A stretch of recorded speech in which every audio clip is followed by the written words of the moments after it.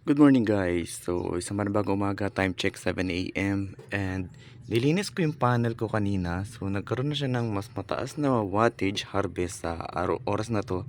And by the way, itong video lang pala to is tungkol sa hybrid inverter pero meron pa ring external na ATS. So, bakit daw? Yes po, ang hybrid inverter is meron siyang automatic transfer switch built-in na sa kanya. Meron siyang AC input, meron din siyang panel, battery, and AC output. So, almost all-in-one na siya. Diyan na lahat ang hinahanap mo.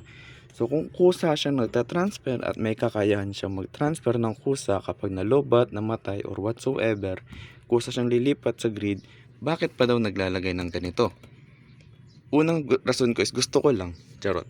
So, yung iba naglalagay ng external ATS kasi for maintenance purposes daw. So kagaya ngayon, hindi nakabukas yung inverter ko, assuming na sira, tingmi-maintenance, may kailangang ayusin, may kailangang tutunan sa wiring. Meron silang external ATS, o kami pala kasi ako rin, meron kaming external ATS para ililipat namin saglit sa grid. Pwede namin patayin inverter and kumpunihin. Hindi maapektuhan ang aming setup, hindi brownout, may kuryente pa rin. So yun po yung purpose nito. Then pag gagamitin, pack, switch on lang, then babalik na siya sa inverter. Pangalawa is limit ng inverter. So kung sisilip ka sa mga specs niya, it's either nandito, di ko sure sa mga inverter nyo, nandito, punta kayo sa manual, buklatin nyo, meron silang limit about sa AC input. So yung iba is 10, 20, 40, yung sa akin is 40, depende. And ang limit po ng ATS na kagaya nito is 63. Ayun o. So di hamak na mas mataas. So mas malaki yung kaya niyang i-transfer or i-carry versus sa mga hybrid. So assuming na kunwari is mababa lang yung AC current ng inverter nyo, gusto nyo mag aircon, masyadong malaki, nag induction stove kayo, hindi kaya ng inverter, so lilipat ka ngayon sa inyong grid para hindi ma-overload ang inyong inverter. So yun po. Then ano pa ba? Ako naman personally, ayokong gamitin yung AC input. So meron ako ditong saksakan. Ito yung AC input ko, yung hindi nakasaksak. Hindi ko siya ginagamit kasi meron siyang dagdag konsumo sa wattage kapag ginamit mo yung AC input niya. So sa settings, muna tayong settings, explain ko. Mas kaya kong explain to kumpara sa ibang rason nila kasi ito mismo yung ayaw ko eh. Meron silang utility first, solar first, SBU priority. So etong tatlong settings na to is, ito yung kailangan nakasaksak yung AC input nyo. So utility first is ito yung backup mo lang yung solar mo pag kunwari pa brownout sa inyo. Okay to. Then meron kang backup na battery. Ito yun. Solar first, gusto mo makatipid. Solar, and then S solar, U utility, B battery. So it means unahin gamitin ng inverter mo is yung solar power. Kapag medyo kapos ang solar power, kikip niya yung battery, gagamitin muna niya yung utility. So magtutulong yung solar panel mo and utility para sa loads. SBU naman is solar and battery first. Kapag may sapat na solar, solar lang. Pag kulang ang solar, huhugot sa battery. Last option yung utility.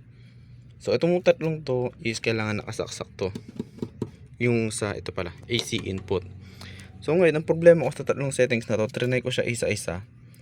Assuming na meron kang 100 watts na load consumption, ang hihigupin ng inverter nyo sa solar panel is dapat 100 din.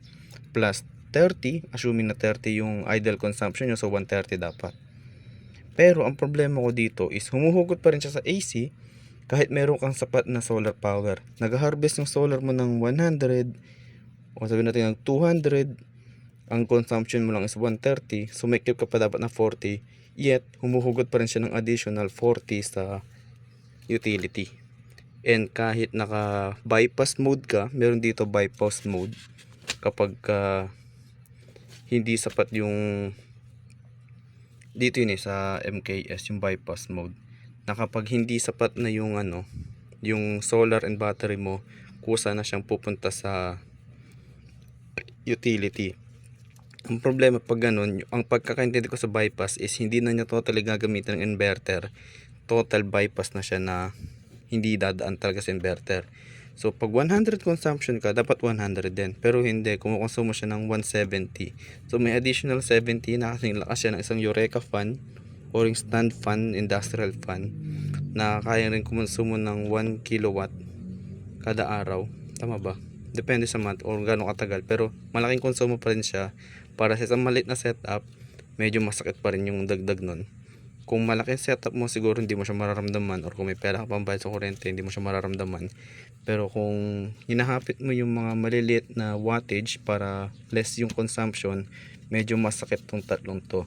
So ang ginawa ko, tinanggal ko yung AC input, hindi ko na siya ginamit, and nag ATS na lang din ako, ginamit ko pa rin naman kasi may ganito naman talaga ako. So ayun, yun yung isang rason ko. And yung ibang ATS is nasa AC input, wala sa AC output. So meron kasi silang dalawang source. Halimbawa meron silang grid, meron silang generator. So ayun yung rason nila. Pag meron silang sapat na generator, like mga water turbine, mga water hydro pump, meron silang mga wind turbine pala. So doon nakakabit yung AC nila sa AC input. So pag may sapat na power na nage-generate yung wind turbine, dito sila pumapasok. Kakat nila yung sa grid, yun yung papasok dito, pang charge, pang ano, ganyan-ganyan. Then pag walang power yung wind turbine, then utility naman gagamit dito. Then inverter will do the rest. Parang ganun. So yun yung ibang rason. So maintenance, efficiency, yung iba is dagdag protection kung sakaling may mga inverter na ayaw mo mag-rely sa sarili na lang ATS, sarili na lang transfer switch. Kunyari wala kang tiwala, nagsira na siya, nagkusa na siyang, hindi na siya kusa na nag-switch to grid. So gagamit ka na ng ATS doon. And by the way, may sarili palang consumption ng ATS. Tapos sa 3-5 watts ata siya, hindi ko sure. May sarili siyang consumption. So kahit nakatambay lang siyang ganyan, kumukonsumo pa rin yan. Kung ayaw mo ng ganun, then mag-rely ka dito. Pero ang kapalit is mas malaking consumption, which is yung 70 na binanggit ko kanina. So mas sulit na tong 5 watts lang na dagdag, and kaya niyang i-relay. Kung gusto mo pa rin ng transfer switch talaga na walang konsumo, kuha ka ng dalawang outlet, hugutin mo doon, isaksak mo doon, parang ganun. So kung gusto mo ng diagram, ang mangyayari doon is yung switch neto meron siyang plug, then another plug mula dito, then isang outlet dito. So pag itong gagamitin mo, ito muna isaksak mo doon, then hugutin mo, saksak mo to doon. Yun yung napaka manual switch. Meron ding isang manual switch na yung decambio yung ganun. Tawag doon yung copper siya, na yung para siyang sinaunang switch ng gate ng mga medieval times, na ibababa mong malaking ganun para malipat yung malaking copper. Yun, ang laki nun, nasa hundreds din ang presyo. Kailangan mo siyang ibaba para lumipat ng switch. So yun, yung mga ibang switch. So ayun lang yung rason kung bakit gumagamit pa rin ng ATS kahit hybrid na ang inyong inverter. So makes sense pa rin naman, kasi siguro hindi mo siya mararamdaman pag umpisa ka lang na, uy, inverter, hindi ko na kailangan na ganyan. Pero as you use your hybrid inverter sa matagal na panahon, bigla mo ma-realize na, ay, kailangan ko pala nun, sige, magkakabit na nga ako. Pero kung gusto mo mag-experiment, walang pipigil sa'yo. Kung DIY ka, do your own setup, sige, go.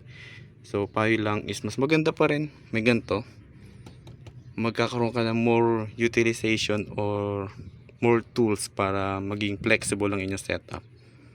Ayun lang. So lagay ko yung link kung saan binili ito, and yung inverter sa comment section or sa description para check mo na rin. Yun lang, salamat sa panonood.